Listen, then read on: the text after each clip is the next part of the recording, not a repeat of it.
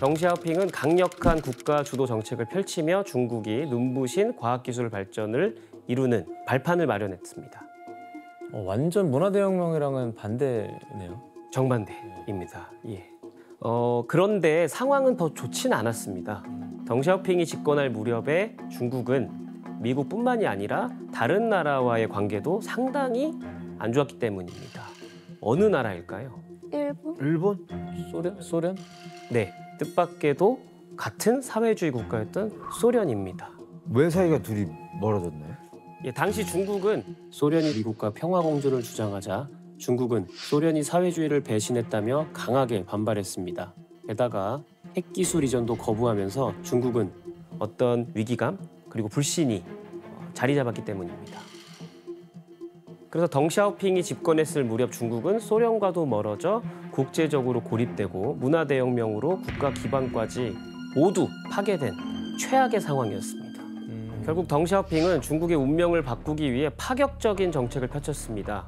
경제 회복을 위해서라면 자본주의의 요소라도 적극적으로 받아들이는 개혁 개방을 추진했습니다.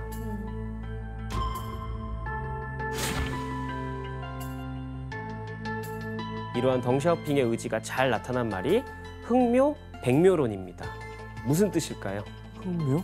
검은 고양이든 흰 고양이든 귀엽기는 매한가시다? 뭐 그런 뜻은 아닐까요? 흑묘백묘론. 검은 고양이든 흰 고양이든 쥐만 잘 잡으면 좋은 고양이다 라는 뜻입니다. 자본주의든 사회주의든 수단을 제한하지 않겠다. 이념보다는 실용성을 중시하겠다라는 의지를 표현했다고 볼 수 있겠습니다. 열려 있었구나. 가정이. 예, 특히 덩샤오핑은 중국이 가난과 낙후에서 벗어나려면 4가지 분야에서 반드시 현대화를 이뤄야 된다고 주장했습니다. 농업, 공업, 국방, 그리고 과학기술입니다. 이 4가지 분야에서 도약해야 된다라고 강조를 했습니다. 이제 진짜 제대로 된 비전을 가진 리더가 나온 느낌? 살려보겠다. 그렇죠. 덩샤오핑은 단절되었던 미국 유학생 파견을 재개했습니다. 이에 대해 덩샤오핑이 남긴 말이 있습니다. 해외 유학생의 수가 늘어나야 한다. 주로 자연, 과학 분야에 학생들이 많이 가야 한다. 올해 4,000명을 파견했다면 내년에는 1만 명을 파견하라. 근데 미국에서 안 받아줄 거 아니야? 국제적으로 좀 서해를 하겠죠. 그런가? 1979년 덩샤오핑은 중국 최고 지도자 중 사상 최초로 미국을 방문했습니다. 특히 덩샤오핑은 텍사스에서 열린 행사에서 미국을 상징하는 이것을 직접 사용해 엄청난 화제가 되기도 했습니다. 이것은 뭘까요? 컴퓨터? 이거 아니에요? 로데오? 카우보이? 밧줄? 네, 바로 미국 서부의 개척 정신과 자유로움을 상징하는 카우보이 모자입니다. 맞았네요. 모자. 그걸 기점으로 중국은 미국과 교류를 재개하며 다양한 과학기술을 조금씩 다시 습득해 나가기 시작했습니다. 이제 유학생의 길도 다시 열렸으니까요. 하지만 여전히 한계가 남아 있었는데요. 화해적인 분위기가 조성이 되었다고 하더라도 미국이 전해주는 과학기술 자체가 제한적이었습니다. 특히 국가 안보와 직결되는 군수산업 핵심 기술.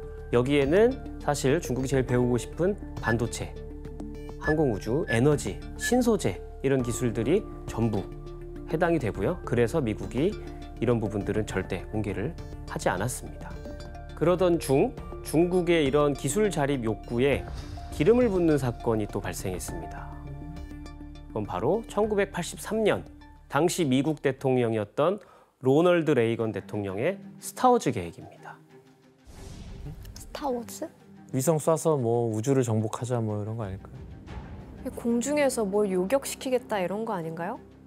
이 계획의 핵심 목표 자체가 소련의 핵 미사일 공격으로부터 미국을 지켜냈다는 것이었고요. 그런데 이를 위해서 레이건 대통령이 선언한 내용이 전 세계에 파장을 일으켰습니다. 레이건은 이것을 모두 쓸모없게 만들겠다라고 말했습니다. 이것은 뭘까요? 위성? 핵무기? 네, 맞습니다. 바로 핵무기입니다.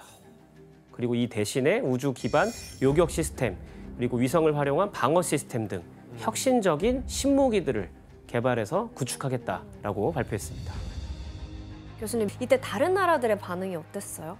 네, 실제로 스타워즈 계획이 실현되지는 못했습니다. 그렇지만 전 세계를 바짝 긴장시켰고요. 특히 미국과 냉전 관계였던 소련은 즉시 과학기술 진보 강령을 수립했습니다.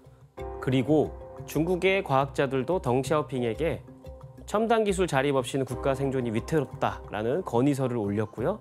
덩샤오핑이 이를 적극 수용해서 863 계획이라는 것을 실행하게 됩니다. 여기서 문제를 내겠습니다. 863? 이건 863 계획을 나타내는 도표입니다. 863은 무엇을 뜻할까요? 정답. 네, 혜성 씨. 8개 산업에서 6년 안에 세계 3위 안에 든다. 완전 와닿는데. 예, 오답입니다. 정답. 네, 규현 씨. 일단 8개를 목표로 하고 안 되면 6개를 하다가 정 안 되겠으면 3개는 하자. 와 이거 너무 괜찮은데. 네, 저도 동의합니다. 너무 괜찮은데 탑3만 오답입니다. 863. 863.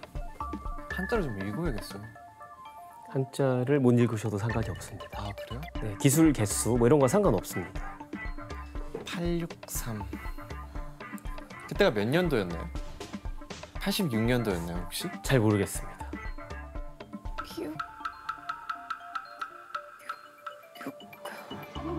863. 863. 허성범 씨가 저한테 물어보신 것과 관련이 있습니다. 예, 그것과 관련이 있습니다. 정답. 네, 허성범 씨. 1986년 3월에 계획이 시작돼서 863인 것 같습니다. 정답입니다. 예. 정말 이거 어떻게 맞췄지? 1986년 3월이야. 중국은 정책 이름에 시행 날짜나 이런 것들을 기반으로 명명하는 경우가 아주 많습니다. 예를 들면 1998년 5월 39개 전 세계 명문대학을 육성하기 위한 이 정책 이름은 바로 985 공정이라고 합니다. 신기하네. 그렇다면 863 계획에 어떤 내용이 있었는지 자세히 한번 살펴볼까요?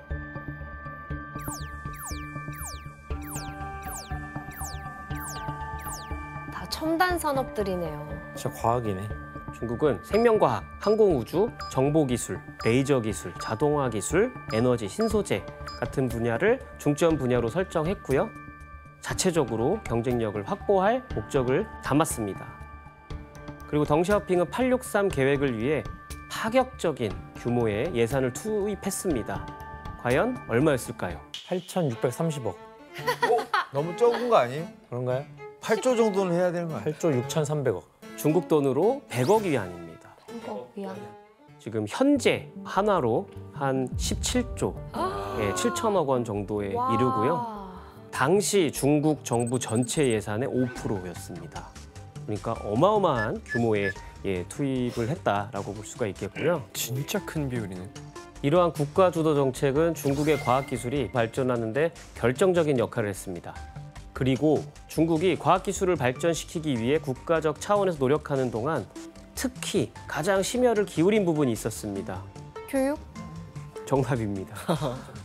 바로 인재 양성입니다.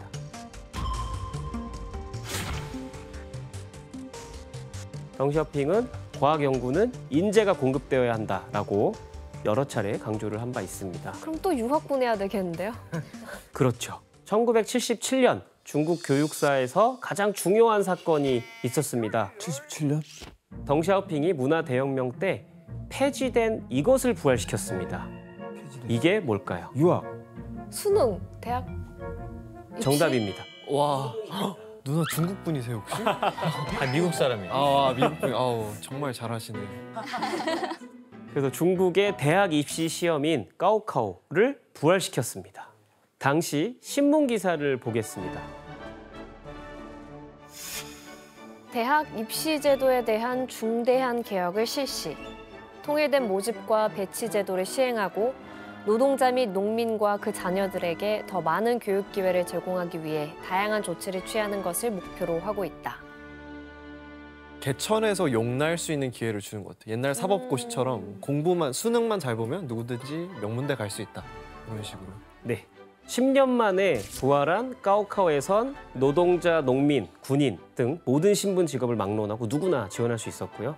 나이 제한도 30세까지 완화되었습니다. 와.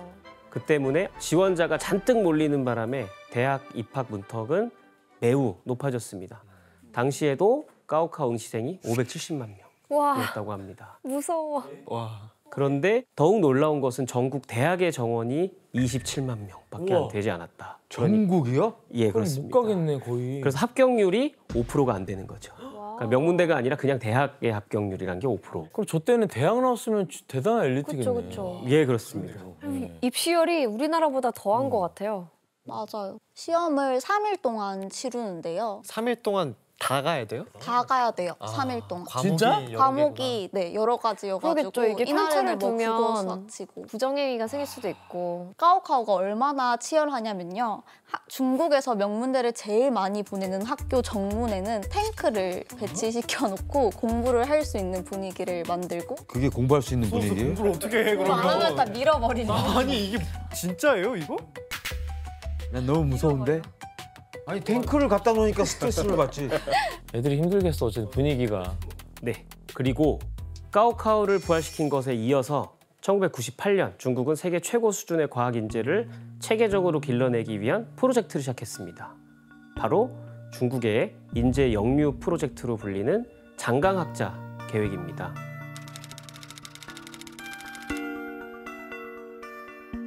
교수님 그럼 중국으로 다시 돌아오는 과학자들에게 무슨 혜택이 있나요? 중국에 돌아오면 일단 연구비 지원, 그다음에 우수한 생활 조건이 당연히 제공이 되었고요. 당시 학자들에게 지원된 금액은 평균 연간 15만 위안, 현재 가치로 환산하면 약 한 5천만 원 정도였습니다.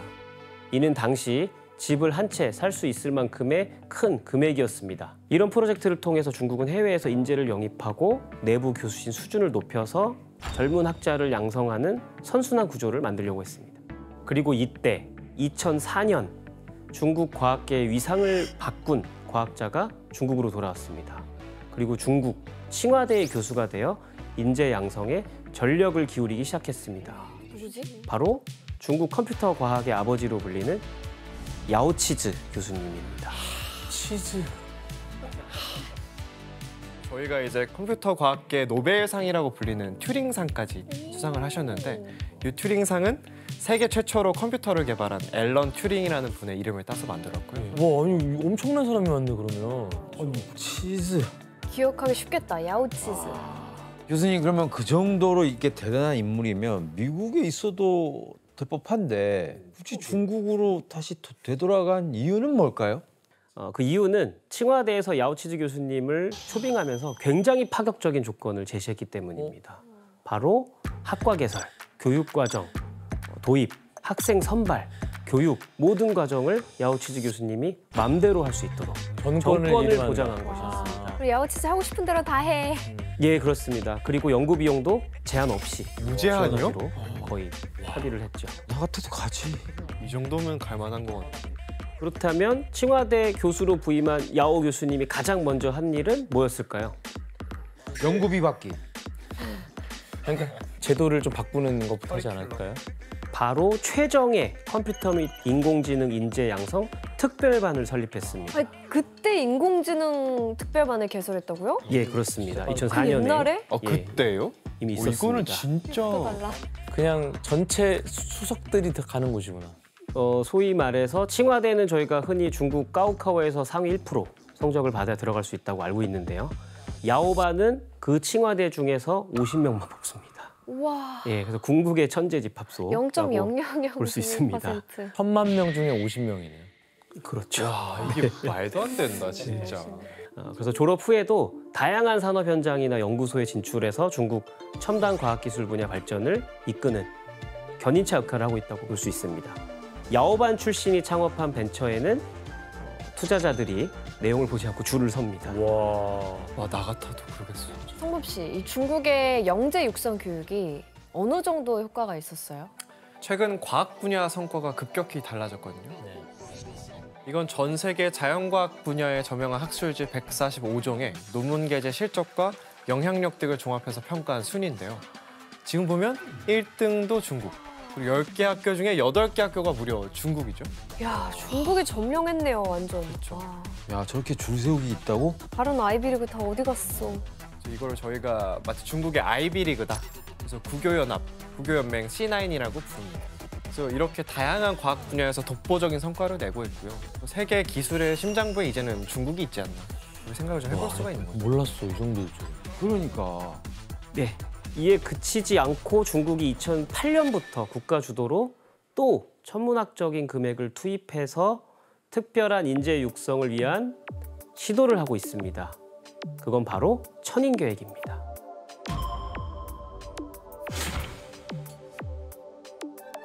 천인계획은 주로 해외에서 엘리트 교육을 받은 인재, 중요한 기술을 보유한 전문가, 세계 최고 대학에서 종신 재직권을 가진 교수를 중국으로 데려오는 정책입니다.